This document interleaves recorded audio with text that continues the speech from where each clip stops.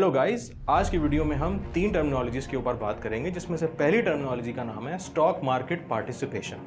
Stock market यानी किसी भी मुल्क की शेयर्स की मार्केट या स्टॉक मार्केट को कहते हैं, जबकि स्टॉक मार्केट पार्टिसिपेशन का मतलब ये होता है कि किसी मुल्क की कितनी एडल्ट अर्निंग पॉपुलेशन जो है वो डायरेक्टली इनडायरेक्टली उसमें इन्वॉल्व है।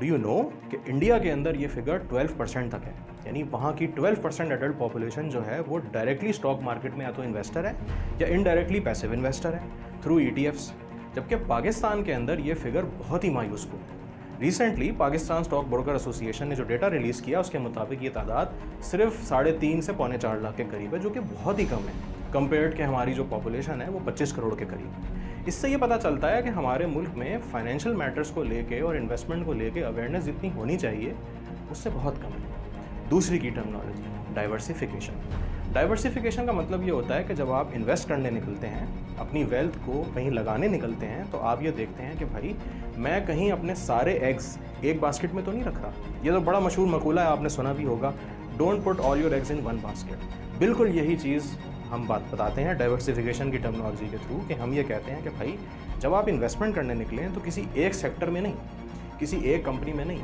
बल्कि मुख्तलिफ सेक्टर्स में अपनी इन्वेस्टमेंट को फैलाएं, ताकि कल को अगर एक सेक्टर परफॉर्म ना कर पाए या एक सेक्टर में नुकसान का अंदेशा हो तो बाकी सेक्टर्स उसको मिटिगेट कर सकें। बस इसी इन्वेस्टमेंट प्रिंसिपल को हम थोड़ा शशके वाली टर्मिनोलॉजी में डाइवर्सिफिकेशन कहते हैं। आज की तीसरी की टर्मिनोलॉजी, उसका नाम है ETF।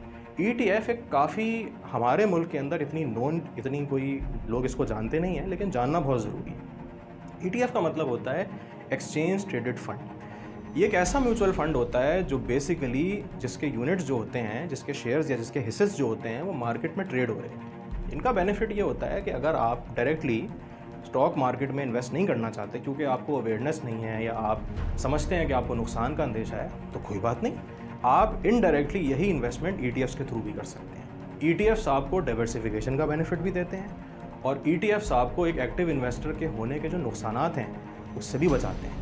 तो ये थी आज की 3 की terminologies. If you have any questions please ask in comments box, और थैंक यू।